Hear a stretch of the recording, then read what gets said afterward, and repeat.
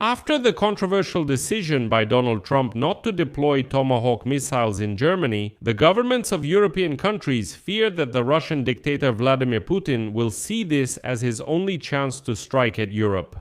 And already there are signals that Vladimir Putin will rush to launch an attack, as now is the perfect moment for it. In Europe, there are fears that the Kremlin will consider the next year or two, while Donald Trump is still in the White House. And the European Union has not yet strengthened its military potential as a time to test the West's commitment to the NATO. Moreover, Vladimir Putin has begun signaling his desire to seize more territories, and Trump is clearly playing along with this. Today, Politico surveyed European officials and even representatives, and it comes to the conclusion that Russia will hurry to launch an attack on Europe after all. My name is Alexei Pichi. Let's discuss this topic together, but before we start, I ask you to subscribe to the channel, like this episode, and leave any comment under this video. This is very important for promoting content on YouTube, and I would be grateful to you for that. In addition, subscribe to my Telegram channel, Peachy News. The link is in the description of this video. There we publish breaking news as it comes in. In Europe, more and more politicians are saying that Russia now has a window of opportunity to start a war with Europe. The US, under Trump's orders, is leaving Europe, transatlantic relations are in a dire state, and the European Union is not yet fully ready to take responsibility for its own security. Although representatives of the Defense Department and politicians do not rule out the possibility of Putin launching a ground offensive in a NATO country, they still consider it unlikely, given how depleted Russia is in the war against Ukraine. But we shouldn't think that Russia won't attack Europe at all. Instead of a traditional ground invasion, Vladimir Putin will take more targeted actions or carry out an incursion designed to create ambiguity, still hoping to sow discord within NATO. On the question of whether this action meets the criteria for triggering Article 5 on mutual defense. Article 5 states that allies must consider an armed attack against one country as an armed attack against all countries. But, let me remind you, Trump has already called NATO a paper tiger. Is Europe ready for such a scenario? Europeans, of course, have increased their defense spending, but the full effects of this will only be seen there in a few years. Yes, indeed, last year and this year, both at the level of individual countries and at the level of the European Union, huge amounts of money are being invested in the development of the defense industry. All these programs worth 150 billion euros and so on. But according to the European Union's roadmap for ensuring defense capability under which this money is allocated, it's only by 2030. The European Union aims to be ready, quote, to convincingly deter its adversaries and respond to any aggression.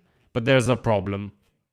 The day before, Polish Prime Minister Donald Tusk stated that in fact the biggest threat to the transatlantic community is the ongoing disintegration of the alliance. The threat is the ongoing disintegration of the alliance. But Trump could accelerate this disintegration even further.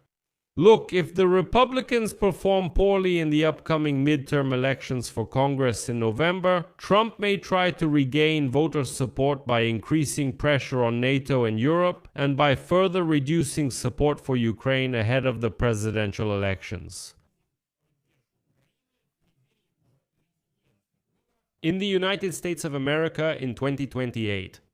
So, if they lose the midterm elections for Congress now, then he will definitely try to appeal to the isolationist electorate in order to somehow win at least in the presidential elections.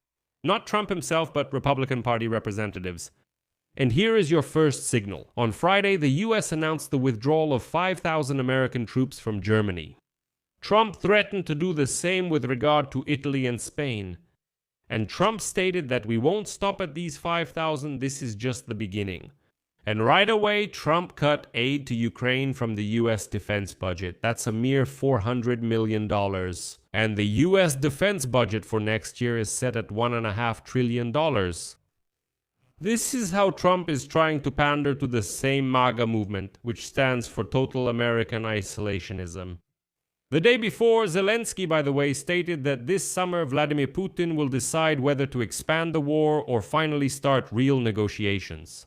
And now Vladimir Putin understands that escalating the conflict to other theaters of war could give Russia an ace up its sleeve.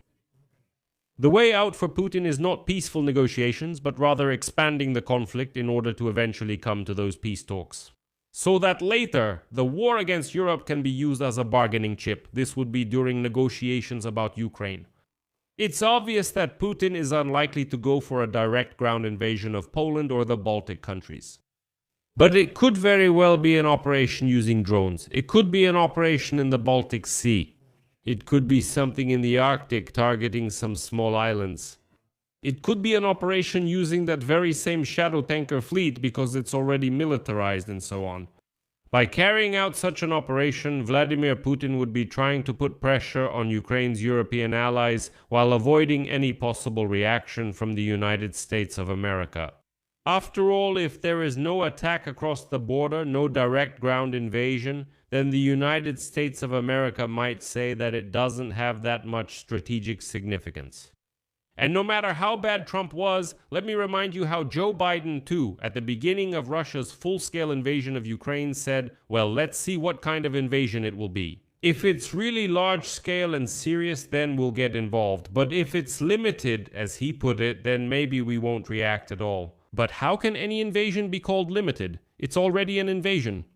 Still, and it's obvious that Trump could use the same rhetoric. Right. And besides, Americans have limited resources. That's why they might advise Europeans to start negotiations with Russia, and that's exactly what Russia is trying to do in this situation.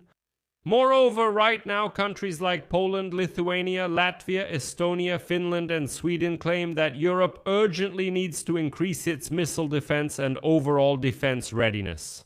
Against the backdrop of delays in American weapons deliveries due to the war with Iran. In addition, long-range missiles are also needed.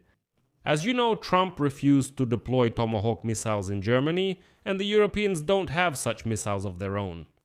At the same time, the Russians are sending a signal since they accused the Baltic countries of allegedly allowing Ukrainian drones to use their airspace to attack the Leningrad region. But some politicians in the Baltic countries are now trying to lower the level of anxiety.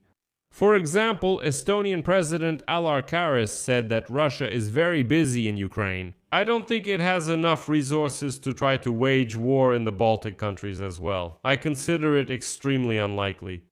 But you know, such complacency could play a cruel trick on them. After all, to launch drones against the Baltic countries, Russia wouldn't even have to divert that many forces from the war against Ukraine. I'll leave it at that. What do you think? What are your conclusions? Write in the comments on this video, subscribe to the channel, hit the bell, and don't forget to like. If you want to support the work of this YouTube channel, I would of course be grateful for that.